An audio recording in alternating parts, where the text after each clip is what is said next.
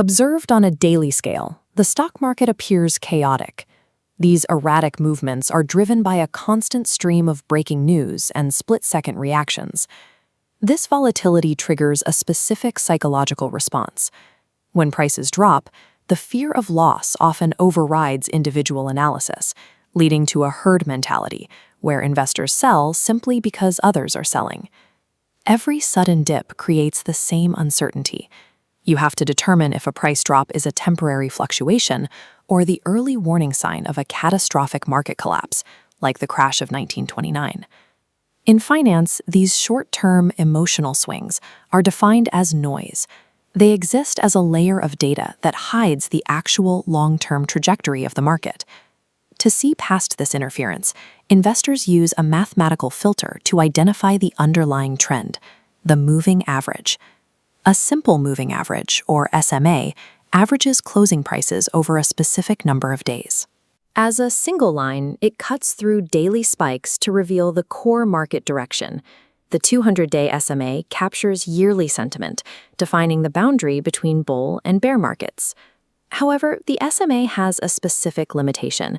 It weights a price from 6 months ago with the same importance as yesterday's close, which makes the indicator slow to react to new information.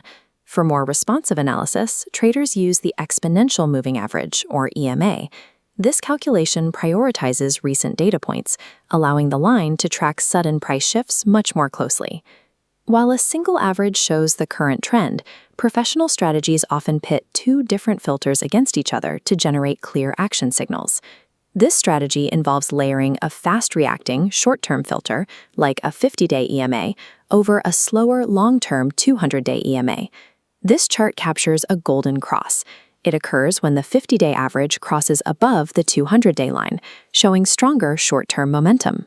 Historically, as seen in this 2009 recovery, this event often precedes a massive multi-year market uptrend. The opposite event is the death cross.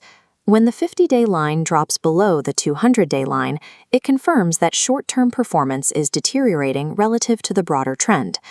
These crossovers translate thousands of data points into binary signals, providing a systematic way to determine when to enter or exit a trade.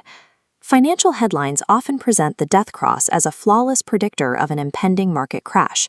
However, because moving averages are built on historical data, they function as lagging indicators.